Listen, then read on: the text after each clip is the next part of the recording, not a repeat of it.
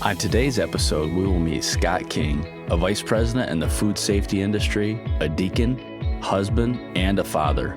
Scott has over 20 years of leadership experience and is disciplined in his approach to management and serious about his walk with Christ and service in the local church. No matter your level of experience as a leader, you will benefit from hearing how God is working through Scott to lead and serve for the glory of God.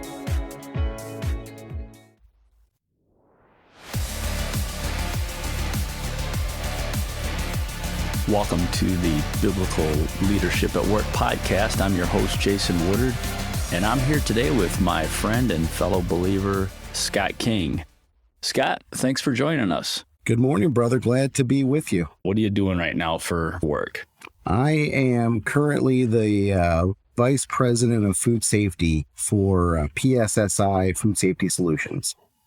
You've been in leadership for how many years? I guess probably almost 20 years. So learned and grown a lot through the last couple of decades, I'm sure. Yeah, for sure. So can you take a few minutes and walk us through your education and how you came up through your career and where you're at now? Yeah, I'd be happy to. From an education perspective, I studied food science and human nutrition at the University of Florida. I graduated in 2000, so a few years ago. I went back to school later to pursue a master's degree in food safety at Michigan State University. As I mentioned, I am currently serving as Vice President of Food Safety for PSSI. I've been in this role for about 6 weeks, so it's a pretty new role for me. PSSI is the largest contracted sanitation company in the U.S.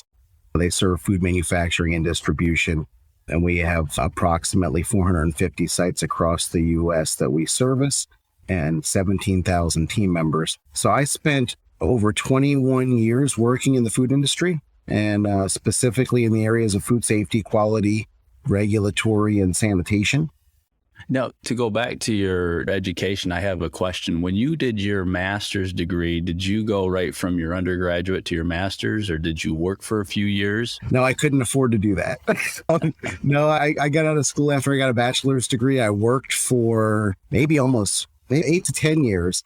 And then I went back and got my master's degree. And actually in the program that I studied, that's what they preferred, was to have someone with some experience under their belt. And that's what I was going to park on that just for a second, because I did the same. I mean, even my undergraduate I received while I was working, but then I waited 5 or 6 even more years before I went back for a graduate degree. And, you know, a lot of people would recommend that. And one of the things I want to talk a little bit about, because, you know, our audience, maybe there's people who are considering, should I go right from undergraduate to a graduate? Should I work for a few years? Would you recommend that? Do you think it's important? I think it all depends. It all depends on what your track is and what you're trying to do with your career. I was planning to work in industry, which is what I've done for my whole career. And so really there's no education like industry experiences is what I would say. So now going back after some years and getting that master's degree, it was great to be able to bring that industry experience to the education. I think it was also good for my classmates because they could benefit from, you know, what I had learned. The flip side to that is it's hard to go to school when you've got a full-time job and you've got a family. So there were several Saturdays I spent the whole day in the library. And so that's a commitment that you have to recognize. Everything has its costs. And that was one of the costs were some of my Saturdays. I can remember the same. Mine was an 18-month program. And I would say probably every single Saturday for a year and a half was spent studying and reading, but it was a good experience. So once you finished your bachelor's, what was your first landing spot to go make a living? My first job, actually, I got an opportunity with a genetics company called PIC, or the Pig Improvement Company. And they're a genetics company that services the meat industry, just like it sounds, the pork industry. And I was hired as a management trainee. So I was supposed to spend about 18 months working with their regional sales offices, and then also on their genetic nucleus farm, learning the business. Now, that's not what happened. I ended up spending about 6 weeks in my first role as a manager trainee. And then it got condensed as an opportunity opened up on their food and consumer science team. So I got 6 weeks in, I got a promotion, and I joined the food and consumer science team as a food science specialist. And I did that for the next couple of years. So how long before you were in a leadership role? I would say, just depending upon what you define as leadership. When I started to manage people would have been my next job. I think every role has some leadership capacity. So just depending upon what you're doing. In that job, I would say there were aspects of serving as a leader. I had a cohort of people that I was working with, and I had some leadership responsibility. But my first role where I actually supervised or managed people was working for Kellogg. So I was a quality supervisor at a Kellogg plant back in 2002, I want to say. Just coming up on really 20 years of leading people. So the first role was at a plant. You were in a supervisory role, and then take us through your career a little bit. I guess a summary from there till now and some of the roles you've had. I joined the Kellogg Company back in 2002, spent 17 years working for them. And I'm sure, many of the listeners are familiar with Kellogg's. They are makers of Pop-Tarts and Frosted Flakes, Frosted Mini Wheats, Fruit Loops.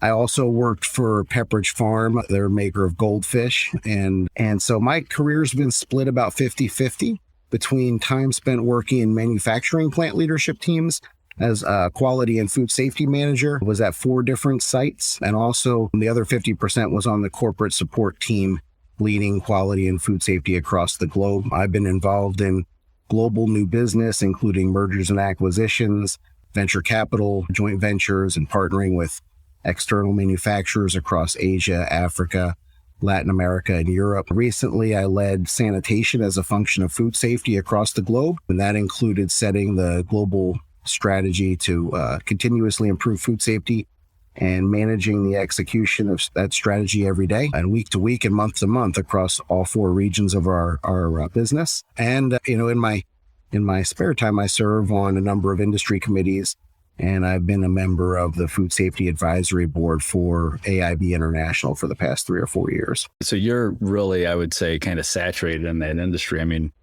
you're between your career and the different boards and organizations. I'm the one guy who went to school, and essentially after I changed my major, I didn't mention that when I was in school, I was a pre-pharmacy major, but after I changed my major to food science, I've stuck with it, and this has been my career. So let's pivot a little bit from work life. Where do you live? Family situation, wife, kids? What's that look like? I better start with my better half. I'm married to the love of my life, Lisa. We've been married for over 16 years. We live in Southwest Michigan right now. We live with 2 of our sons, Robert and Lucas, who are 15 and 14. And we have an adult son, Chris. He'll be 30 in July. He lives on the west coast of Florida and is engaged to be married. We also have 1 grandson, Kenny, who's 4 years old and a second expected any day now. Our daughter, Kayla, she'll be 27 this year. She's married to our son-in-law, Darren, and they live in the Fort Worth, Texas area. And we're pretty involved with our local church body here at Faith Baptist. We consider them family. And we've been members there since 2013. So we really consider the local church to be a part of our family here. So, at our local church, we've served in a number of capacities, most formally as a deacon for nearly 5 years. Lisa and I have also served on a number of committees. I'm currently leading the personnel committee, and Lisa's currently leading the missions committee at church. She serves as prayer coordinator for as long as I can remember. And, with that said, this is our family at Faith. So we seek to serve the Lord as he leads, which opens up many diverse opportunities to serve, including helping members move, meal planning and prep, teaching, yard work, and any other task that comes our way. Yeah, that deacon role, that's what it's all about, right? Serving the body of the church and responding to any physical needs that are there across the congregation, day or night. As we're talking about, kind of went from family to church, it's a good lead in to talk about your faith in Christ. Tell us how you came to know the Lord and that experience and the growth you've had since then. So I was a latecomer to the faith. I was in my early 30s. I spent most of my life not really thinking too much about spiritual matters. I was born Jewish, or those who know me like to say, I say Jewish, as I was matrilineally Jewish, which came with a bris and Saturday school and synagogue when I was very young. However, when my grandfather passed away, I was just 5 years old, and all of this just disappeared from my life. So by the time I was 8 or 9, we had a Christmas tree in the house, and I can remember thinking that all of this was more about family and decorations and presents than it really was anything of a holy nature. And by the time I was in high school, I'd started to find some talents and interests. I had some beliefs in science, and I was good. I was a good student and was very good in sciences. And I think, unfortunately, if you immerse yourself in science, it can come with some ideas of Darwinism and evolution. And eventually I found myself thinking even atheist. However, when I was in college, I found myself reading a book by an organic chemist out of California it was very spiritual in nature. It was not Christian by any stretch of the imagination, but it definitely made me start to think that there might be something out there more than just us. I had many influences throughout a long and stubborn spiritual awakening that led to my faith. My friends and roommates in college, some of them were Christians, and I had colleagues that I met along the way. Some they continue to be very close friends to this day. Especially our relationships have really grown after salvation. I had neighbors that the Lord put in my path, even celebrities. Tim Tebow actually was, and I didn't know him personally, but he was in the right place at the right time for me to pay attention. He was a Heisman winning quarterback for my Gators, and he won 2 championships with the team. And I was absolutely glued to his story. But it was my humble wife who was the most influential. She prayed and bared with me for over 6 years as we were married. And she regularly shared scripture with me that was pertinent in situations I found myself in, even if I wasn't always listening. She regularly was on the ugly end of my arrogance and self-righteousness. And I thought I had it all figured out. And even more than that, I would say the world validated that for me. So, success is measured by titles and possessions and degrees and promotions, right? I mean, that's what the world tells you. Yeah, that's what we're going after. That's right. And I had all that. I had actually exceeded my career expectations before I was 30 years old. I was the youngest person in my role within Kellogg's by 15 years. And that's what the world says to go do, right? Try to be the best, get there the fastest, earn the most.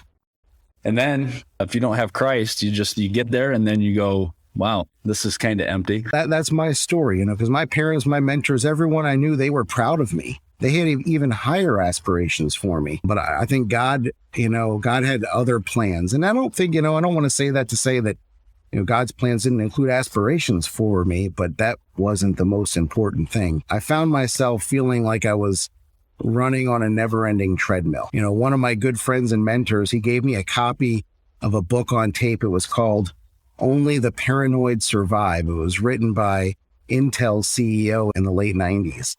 And I just found myself thinking, is this what life is supposed to be?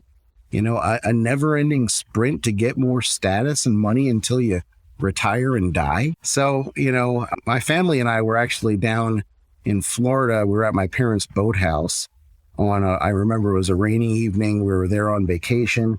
And I decided to pick up the Bible and read some Proverbs. And, because Proverbs are wisdom, right? So I was looking for wisdom that would once again give me an advantage. I wasn't seeking God. I was seeking an advantage. That's the truth. But God, and his providence, and he softened my heart and he humbled me. There were words that I had read before, but I hadn't understood them. I hadn't paid attention to them, and they now had meaning. And as I read the words of Proverbs, I found myself actually articulating aloud, this is true. This is truth. Yeah. Like it's truth. It's truth. Yeah, it speaks truth directly to my heart. I had tears form in my eyes, and I could promise you, Lisa would tell you that hadn't happened in years. I'd been going through my whole life grasping after smoke. When you were talking about your hunger for science, your job title at one point was a scientist. I mean, you're a guy who believes in science and believes in the truth that it can uncover. It makes me think of a quote from, I believe this was from Louis Pasteur. And he said, "A little science takes you away from God, but more of it takes you to him." The more we learn about the universe around us, it just unveils the glory of God and the beauty and power of his creation. I completely agree with that. And I've learned that since I've known God. I think that, even that is revealed to you by God. I firmly believe that, right. Because that's not what you hear in your high school science book. And that's not the message that you're reading in Scientific American. There's a slant. Even if you go to the Museum of Science and Industry, they are going to sell you on a position. And unfortunately, it's not founded in science, it's founded in theory. And that's kind of sad. We've had to tell our kids, because it's awesome to go and see what God has done. But that's not the way that the scientific world normally talks about it. Because there's an agenda, right? Absolutely. Yeah. It's not follow the evidence with an open mind. It's use what evidence you have to align your agenda. When I was in high school biology, I remember this. We had a section on evolution and a section on creation. I think we're getting away from section on creation, and we've totally bought evolution. But it's a theory. It's a theory, yeah. And there's no other theories. No, theories aren't science either. So let's be clear about that. Science is a method for getting at truth. Right. So if we are seeking truth, well, we know where we can find truth, especially if we know the Lord. It's in his word. But science is a way of getting at what is the truth, truth that we can prove and we can repeat over and over again. It's observation. Theories, they are just ideas. Yeah. This starts with the theory or the hypothesis, right? Then you use the tools of science to prove or disprove that theory or that hypothesis. So let's talk a little bit about how you came to know the Lord. About how long ago was that? How long have you been a believer? Probably a little over a decade. Okay. So you've been in leadership 20 years. About halfway through that, you came to know the Lord. You've been growing as a believer, as we all do ever since. So what are your spiritual disciplines that you have that help you to grow and sanctify and get closer to the Lord? What are the methods you use? Have I ever shared my calendar with you? I've seen glimpses of it. Yeah, I know that you use it to even book time by yourself, right? I do. Yeah. So, most of it's in my calendar. I mean, as much as you can plan your day, right? I think so. For me, the week starts on Sunday.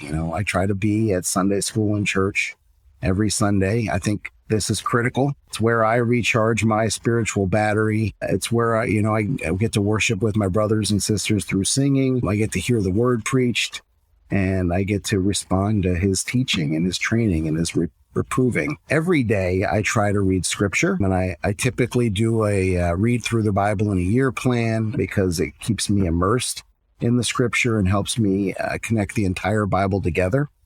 And on a good day, I like to spread that out where I could do 4 or 5 chapters across the day. So I can actually meditate on them. To your point earlier, that it doesn't just become a checklist, where I actually get to meditate on them while I'm doing something that I'm, whatever it's checking emails, being on conference calls, doing the things that I do. Of course, I travel a lot for business. So sometimes the travel schedule doesn't work like my home schedule. So when you're scripture reading, and of course, all of us have our kind of our ideal that we, if we're honest, we don't hit it 5 days a week, but you're saying your ideal target is going to be when you read scripture each day, you're going to break that up over the course of the day. And that's you'll do it through the Bible in a year plan, and then take that daily and then break it up throughout the day. That's what I try to do. Yep. Yeah. And so I typically, I'll do like one early in the morning, and then after I take, do some exercise or something like that, I'll hit one.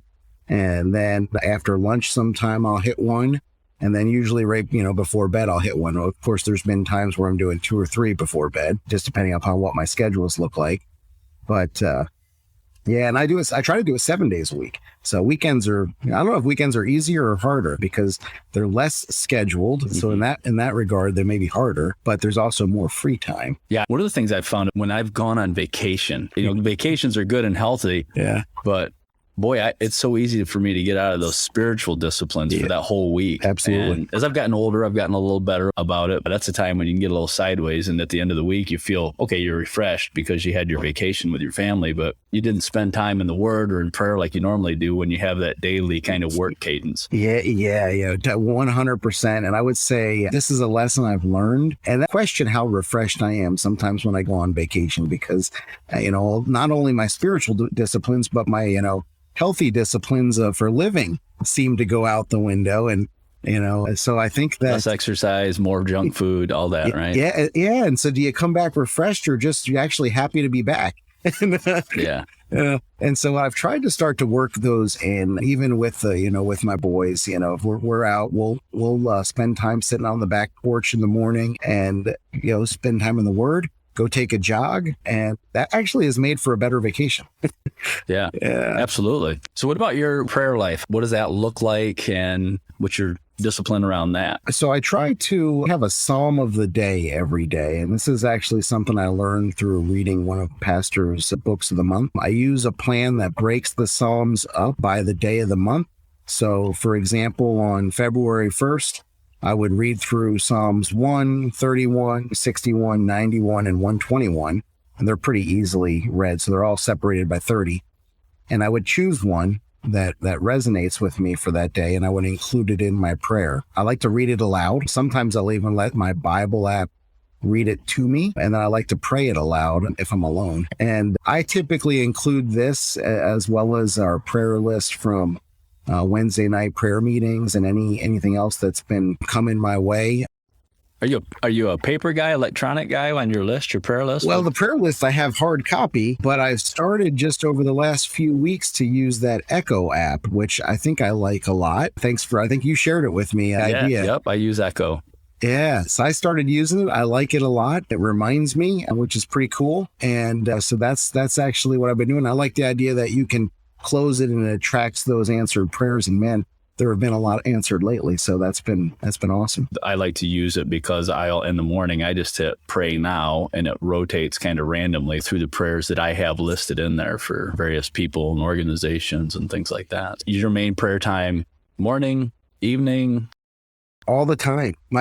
So when I talk about, this, it's typically in the morning, morning or mid-morning. So it just depends on my meeting schedule. I prefer to do it in the morning. So I'm an early riser, but sometimes I've got even meetings super early in the morning and they kind of interfere with that. But typically morning to mid-morning. And then, I tend to pray before every meeting and every time I step foot in a plant, every time I get on a plane, it's grown and grown for me every time I get in a car. Praying without ceasing, right? I wouldn't say I'm perfect at this by any stretch of the imagination, but it's definitely grown with me because I know who's in control. That's the whole idea, right? And none of us are perfect, but to be throughout our day in those situations, and not necessarily because you're facing a difficult or stressful situation, but to be praying throughout the day. Like you said, I like that idea of you going into a meeting and praying for wisdom and honor the Lord in that discussion that happens, right? And Absolutely. Make sure that He's first and not all about you. We have little time, and I know my days are usually back to back to back to back, and you can get kind of scatterbrained going from thing to thing. And so sometimes I just pray for focus. Can I focus on this one meeting, give this person that I'm meeting with or people the attention they deserve, and actually accomplish something for the Lord? And so I really believe that, I don't separate out work from church life or work from family life. I'm not a big believer in work-life balance. I think that there's just life, and there's the people that the Lord puts before us. And so I'll try to constantly remind myself of that. How can I serve this person or these people? So that's usually what I'm praying for, that the Lord would, He would use me. That's the whole idea, of really this podcast is to say, God has called His people into many various fields, right? Some go to ministry, but the majority are out in the secular workplace. And that's a mission field for us. And not that our primary objective is to proselytize people in the workplace and we have the opportunity to share the gospel. We need to be ready to do that. We have jobs to do and we're paid to do those, but for us to do them in a way that honors Christ. And that's because that's who we are, right? We're Christians. We're his servants in everything we do, whether we're home or work or stand in line at the grocery store. It's all about relationships. Yeah, it's all about relationships. And that's what I'm doing all the time, is building those relationships. Hopefully that's what I'm doing, is building them and honoring Christ. They see Christ in me. I mean, that's, like Paul said. Yeah, that's right. So let's go back in time a little bit to when you first moved into a leadership role. You said you were a supervisor, like a lot of us as we moved into leadership. That was our first job, as overseeing people. Talk a little bit about your challenges that you faced, and think about the audience possibly being a young leader who's going through some of those. And what were some of the challenges I guess the most difficult ones that you faced, or the one or two? What were they? How did you mature through those and grow through those? And, what advice would you have to a young leader maybe in that type of position? So, I had, as a young leader, and I would say as a mature leader, all kinds of different challenges or struggles, whether it relates to patience or focus or time management, giving feedback, emotional control. These are all challenges every day, I believe, and it's just part of being human. But for me, it was patience. So I'd get a project, I'd be gung ho to get it moving. I can recall one time that I was not able to get time with the plant operations manager. So I was a supervisor at this plant. I wasn't able to get time on this guy's schedule. I wanted to discuss. For me, it was like a critical project that I was working on. And so I'd put meetings on his calendar. He didn't show up for the meeting. I left voicemails, texts, and whatever. And, I was persistent. And then finally, I was standing outside the office door.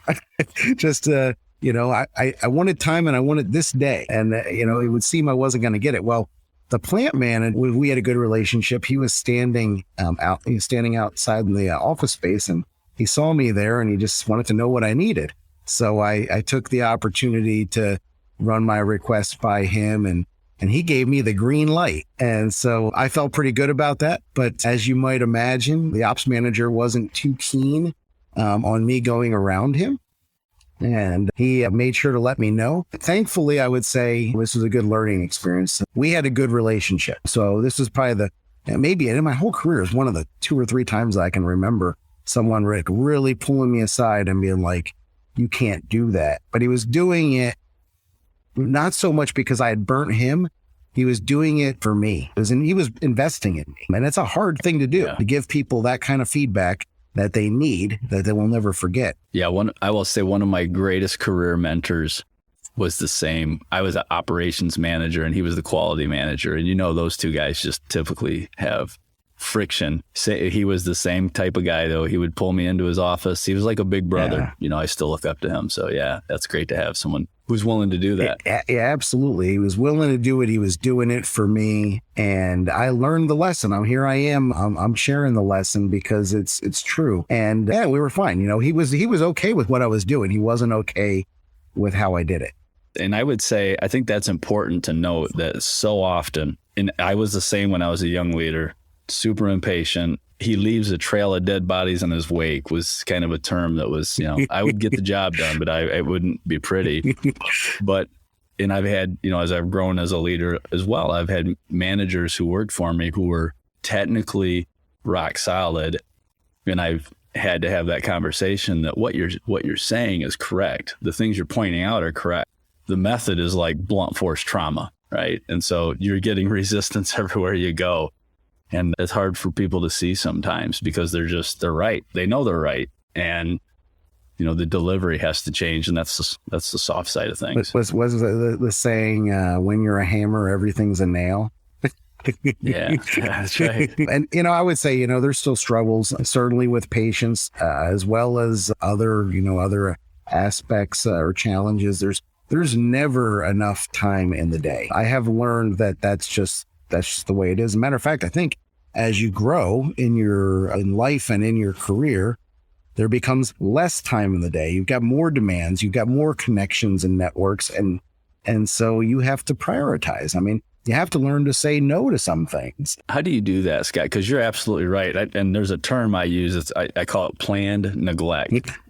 Right. So there's certain things that I know that should be addressed or fixed by somebody. But at this moment, for me, I'm going to walk by it, right? Because it's not a priority. And I know if I get involved in it, I'm not going to be working on the things that I should be. And another thing I heard a leader once say, and I can't remember who it was, or I would give them kudos or credit for it. But they said, as a leader, there's only certain things that you can do today. There's only certain things you can do. There's a lot of things that other people can do, but there's only a few things that you at your level at that point in your career at that organization can do. And those are the things that you should be doing and not things that somebody else can do.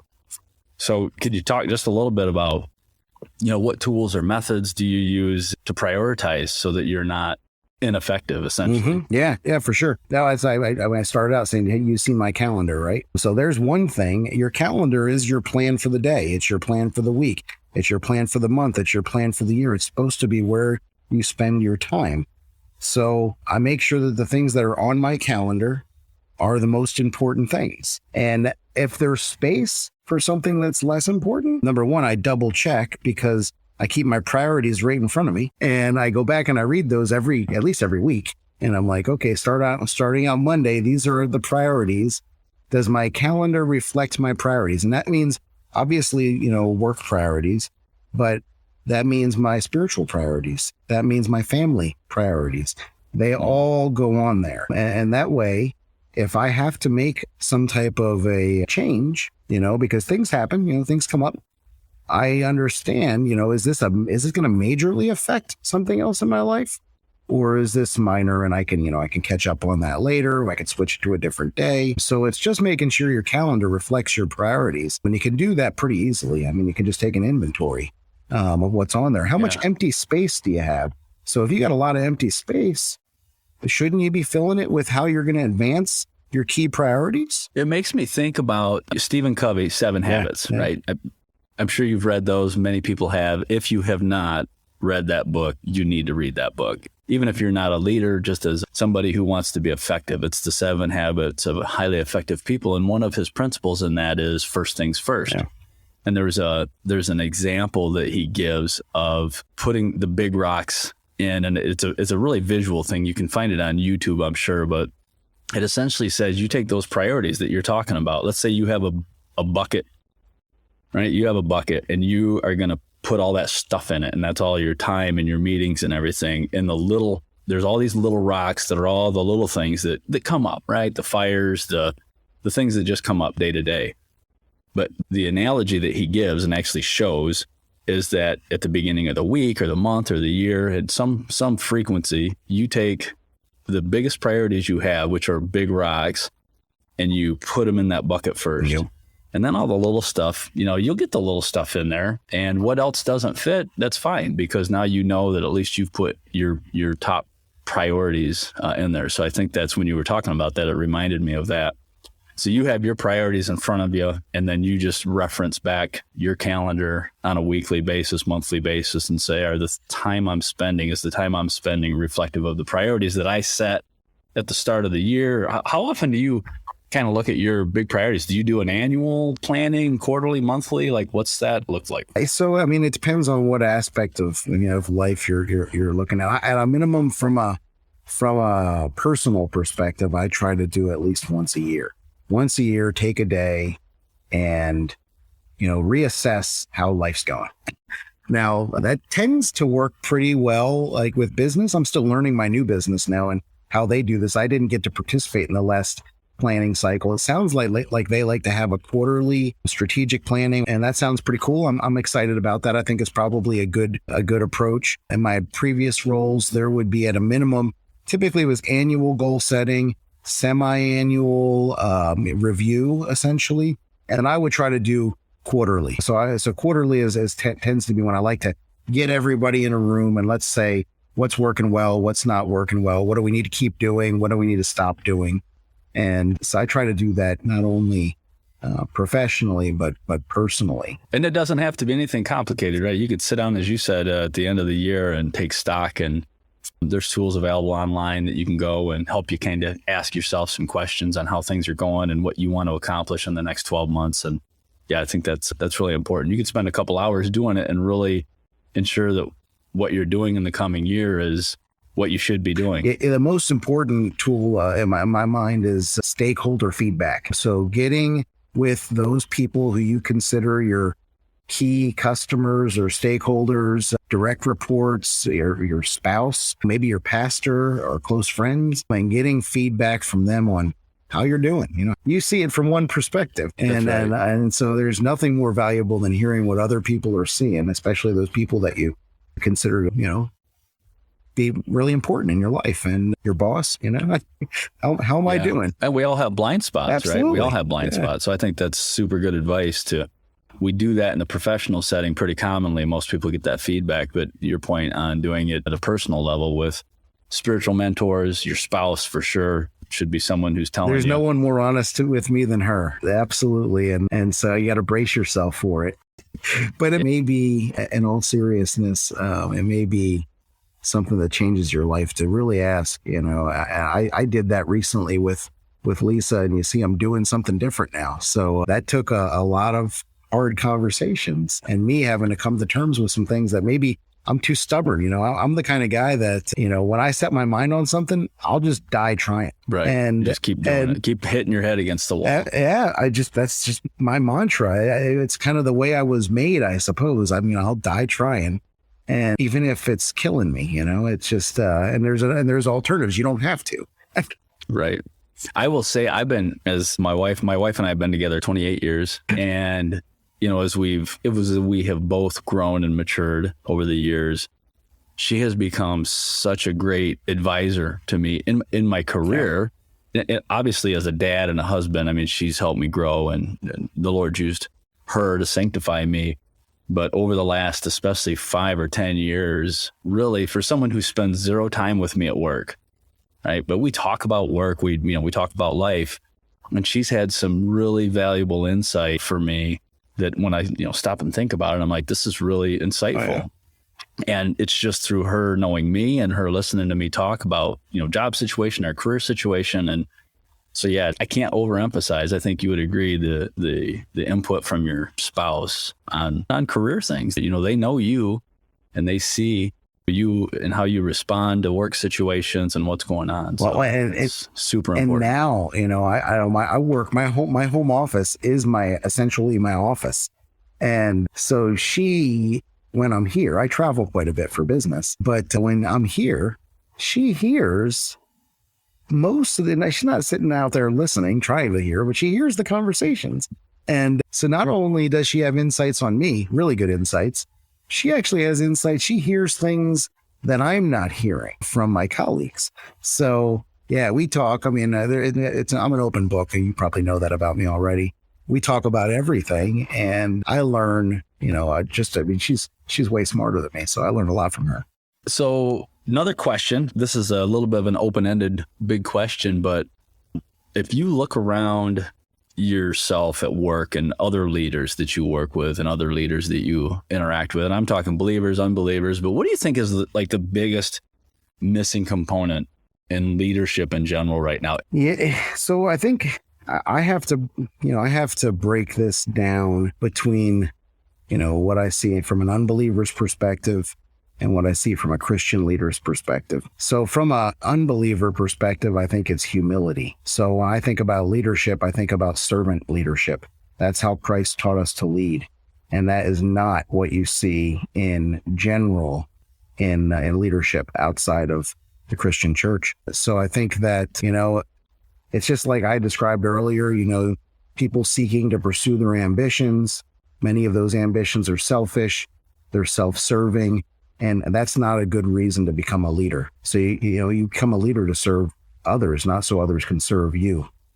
And, I think they're seeking those perks that come with growth and career and title. So eventually you're surrounded by enough people telling you what you want to hear that you start to believe the hype and you stop listening. And to me, that's death in the organization. I think that good leadership starts with the relationships. There's a good saying, I like it. I don't know who said it, but people don't care how much you know until they know how much you care. I always give that one to John Maxwell. He's the first guy I ever heard say that. He might be. It might be the one. Maybe it's even his saying. But I've carried that one with me.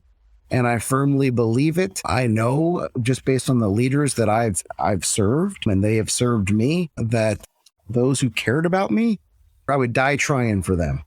And I think that that's just human nature. The other thing that comes to my mind, and I absolutely agree, that lack of humility is really a death knell for a leader.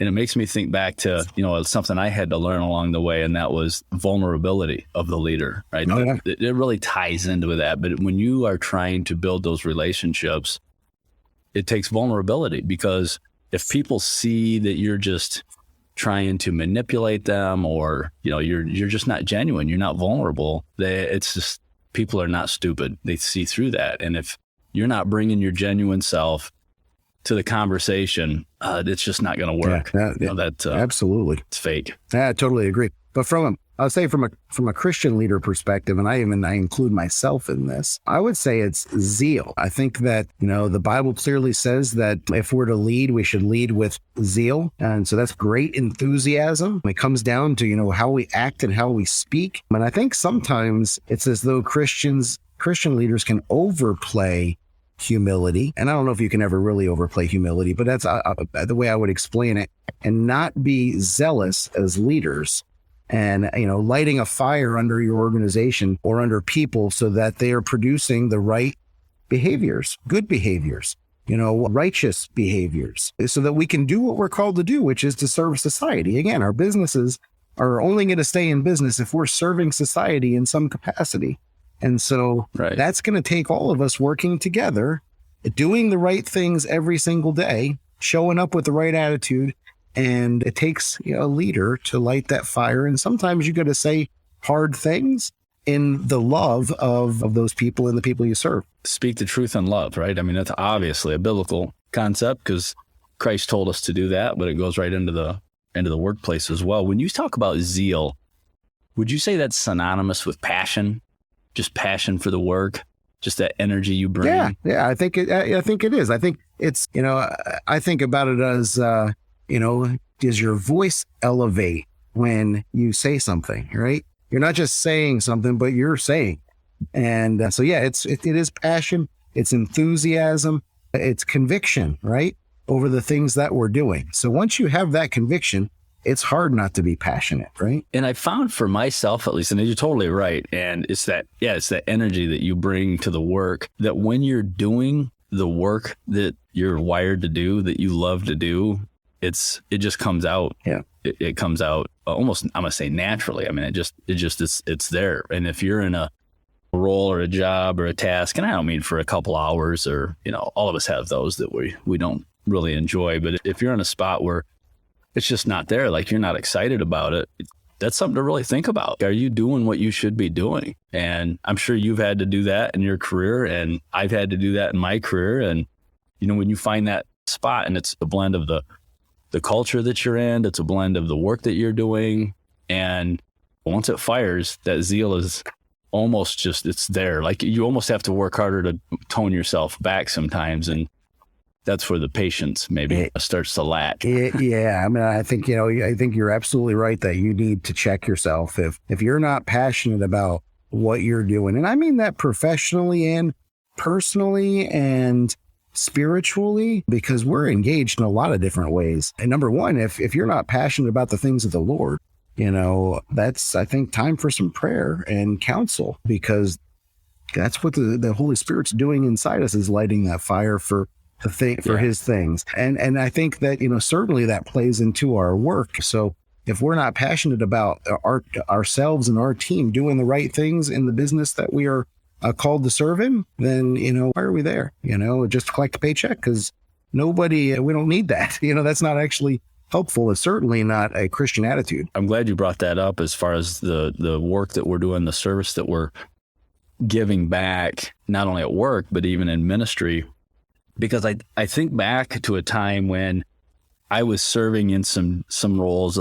I can think of one role in particular that I did it because it needed to be done. Nobody else was going to do it. And I just didn't have any passion for it. I just didn't like it. And I just kept doing it because it was duty. And I suppose there's a time that you do that. But, I would think my advice to younger leaders again, in ministry and work, wherever you're serving, if you're serving in a spot, in a role that isn't giving you some level of zeal, you don't have some zeal for it, you may be doing something that you're really not supposed to. And all of us are to serve, right? Our gifts are given to us by God to serve his body. That's Amen, clear man. in Scripture. That's right.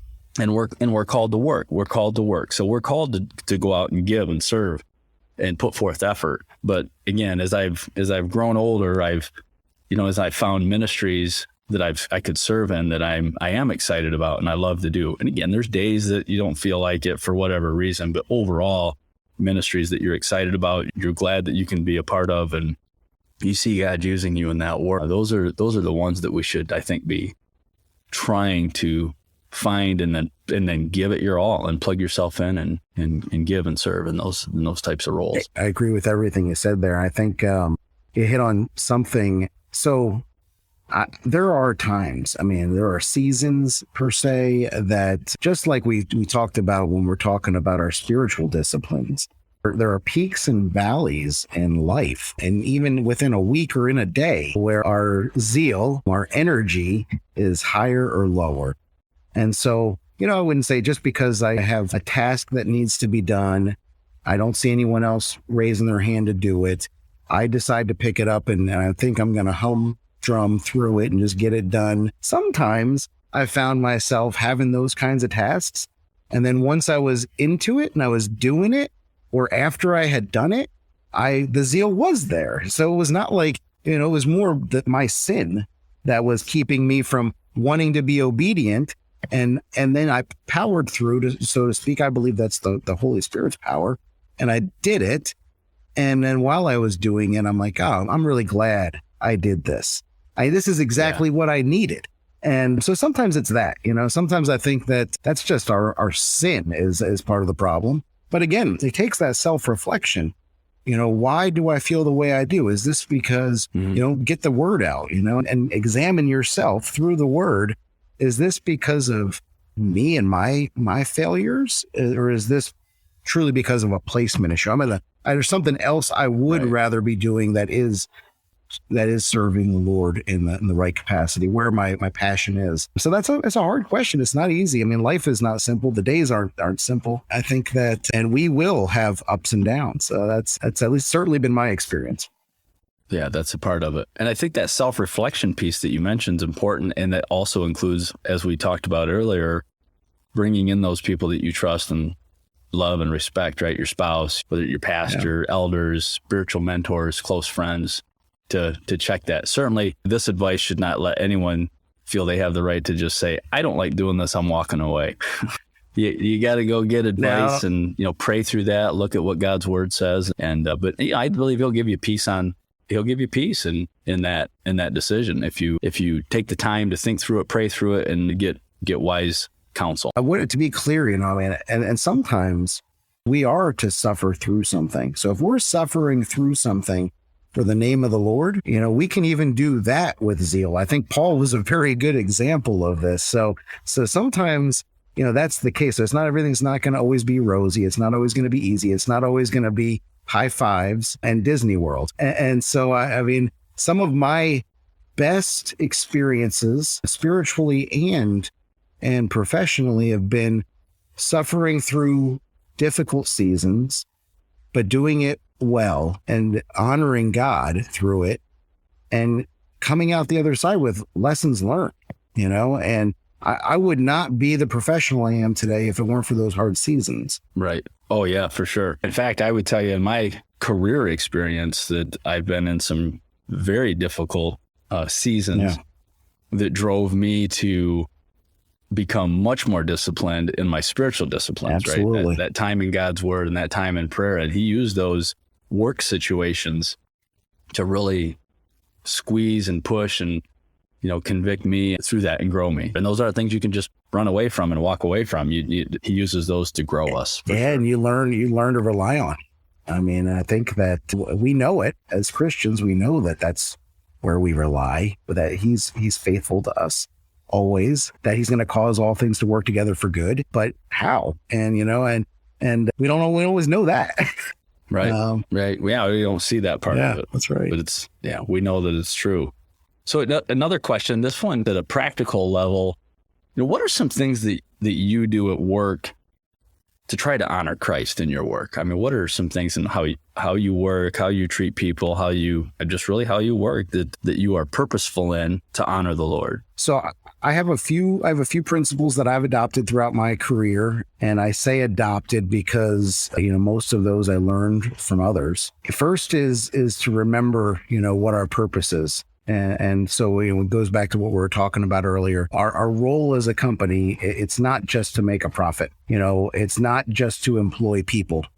It's not simply to make, cereal or clean a plant on time. It's to serve society.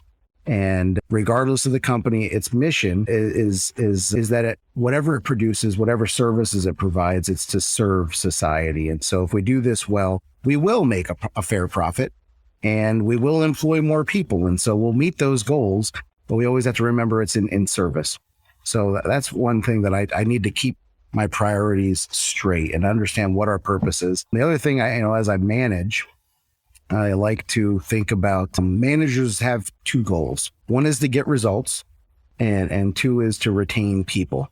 And everyone knows the first goal. We talk about it like every day. Are we getting results? Did we get them yesterday? Did we get them last shift? But if you get results today and you don't retain people, then how do you get results tomorrow? So you have to do both. And so that's another kind of principle that I use. I'm going to share with you a little bit about how that works with how I try to maintain relationships. So, because I think it all comes back down to relationships. So building those relationships and maintaining them, loving one another in our workspace, and we're called to love our neighbor as Christians, right? Well, we got a lot of neighbors at work.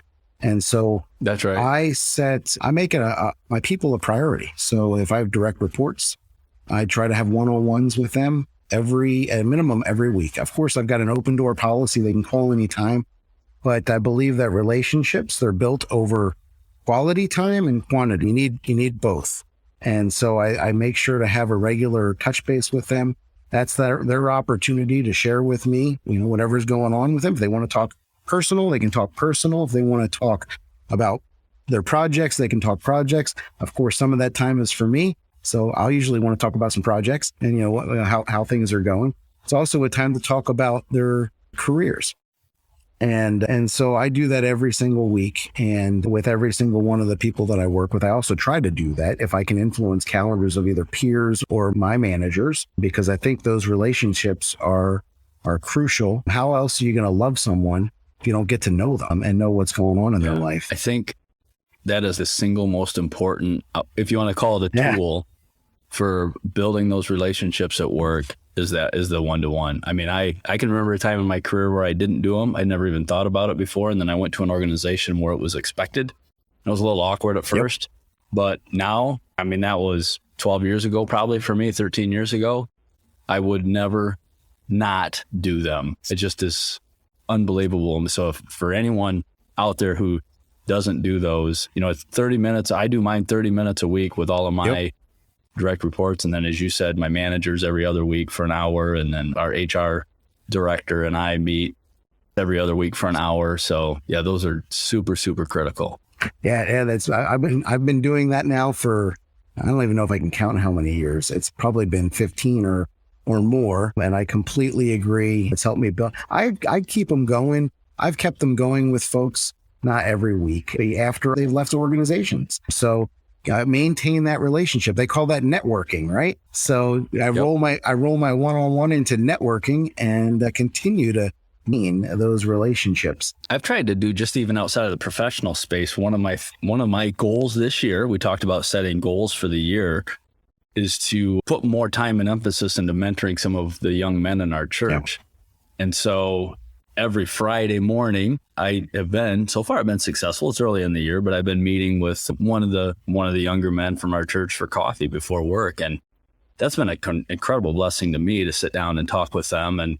But it's that same idea to just sit down across from a table over a cup of coffee or whatever it is and have that, just get to know each other, right? And again, be vulnerable, be genuine, talk through things. And it's not a rigid format that I use, especially in those, and just it's really powerful, and God can use you in their lives in ways that you would never believe. He will work through those relationships. Absolutely. And I've been on both sides of that table, one on the side where someone was really discipling me, and on the opposite side where I was discipling another. And I think that time was awesome in my walk because I didn't even know what I didn't know. And to be with someone who's had, time to mature, especially in the faith, and for them to invest in my life and just ask me the right questions, and get to spend the time to get to know me. I think that, I think of them like I said, like family, the church is family, and they've been like spiritual mentors and fathers in my life. So going to go to another topic here, Scott. I want to ask you about your favorite leadership authors, maybe a few books. I mean, I think it's so important for leaders to be learning and growing really forever. I mean, it's to me, it's the same idea of sanctification never stops for us. So who are some authors who have had a big impact on you? And then maybe a few books that you would really highly recommend for those who are believers, who are Christians at work and are trying to be better leaders in the workplace. Yeah, that's a great question. So you mentioned Covey earlier, so I definitely recommend that book. There's another one that I think of in a similar way. It's called The Effective Executive, and that is written by, oh gosh, I may not be able to remember the author. It's an obvious one, though. That's a book I haven't read in probably 10 years, but it's sitting over on my shelf. I just looked that up. Peter Drucker. It's a classic. Yeah, Peter Drucker's a classic leadership author. Some of his books can be kind of thick. This one is brief, so it's an easy one for someone to pick up, and it's got a lot of great tools in it and a great way of thinking. The one I'm reading right now is Execution. I can't think of the author of that one either. I think it's got an author and a co-author, but picked this book up actually for a mentee. And I had read it maybe, like I said, 15 years ago, and it's been sitting over there because I was going to read it with him. And so I started doing that while I was on a plane, but that's an excellent book, just talking about the discipline of execution and giving a lot of real practical examples. I remember it when it came out. Very, very popular. Oh, yeah. Really good book about organizational execution. Yep. Yeah, it is. It's a great one. I'll say this one, and it's not the book as much as it is the podcast, but Manager Tools. And I mean, maybe half the things I've talked about here are disciplines I learned from Manager Tools. I was going to mention that when you talked about one-to-ones. Yeah. That's one of their Trinity. They call that the Trinity, So the Trinity, definitely connects to our Christian podcast. I don't know if it's the same Trinity. No, I don't think it is. So they actually have a book as well. And so when I do onboarding for new employees, I typically will give them a book. And that's one of the books that I like to give out is the Manager Tools. I forget what they call it, but it's the Effective Manager, I believe. It's the Effective Manager. And then, so yeah, definitely props to Manager Tools. That made me think of another one, How to Win Friends and Influence People. That's an old classic. That's a Dale Carnegie. Yep. So definitely, I think first I had that one on book on CD, I want to say. I also bought the book for others, because one of the tough things, especially in a technical role, is to learn how to influence others. Now, a lot of the things we've been talking today are some of the same skills that they teach in that book. The first time I was a supervisor, I was working in a small plant for a pretty progressive plant manager. He was a really good early career mentor to me, but he sent me to the class. It was an evening Dale Carnegie class. I was in a technical field. I was managing technical guys, and it was all about the soft skills. So yeah, that was a really long time ago, but it was really good tools for sure. Okay, so last question before we wrap up. When you're still a little ways away from retirement, you're still pretty young guy, maybe 25 years or so left, 25 years. But when you're done in the workplace, what do you hope that people remember about you? What impact do you hope to have had on those that you've worked with that they'll remember about you and say about you? Wow. That's a big question. I mean, well, the Sunday school answer, most importantly, and I mean it though, is I hope they see Christ in me. That's not just for the people I've worked with, but for everybody. Starting right here in my house. That's what I hope that my children and my wife see. Someone who loves them. I had that experience somewhere in the last 10 years of my career. I think I had people who loved me at work much longer than that, but I actually had someone tell me, and that changed my life. This was not just somebody who was there to do business together. They actually thought of me like a son. And so, yeah, I hope that I have that same kind of impact on others. I would do anything for them. I hope they think I'm a good friend. I'd like to think they consider me as a mentor. People really see that you cared about them as a person above and beyond the business relationship that you're in. That's what you're saying, is that they Absolutely. know I worked with Scott and I know he was a good manager. He ensured that, he held me accountable. He did all those things a good manager will do, the business wants him to do, but he cared about who I was as a person. Absolutely. And I think to be all those things, to be somebody who loves, just like my children, I don't just let them do whatever they want. I do hold them accountable, right? So they have to do the right thing. And I hope they hold me accountable to do the right thing. But I want it to always be in love. I'm doing this in love. I pray for my colleagues, that they would know the Lord, that he'd use me to spread the good news. And, I think if I do these things well, the workplace is going to be a much more loving place. And it's also going to be more effective and more productive. So I know that's what we want, but I don't think there's a direct route there. I think the direct route is through Jesus Christ. That's the only way. That is the good way. That's the right way. And so, yeah, it goes right back to the Sunday school answer. That's right. And I appreciate you elaborating on it.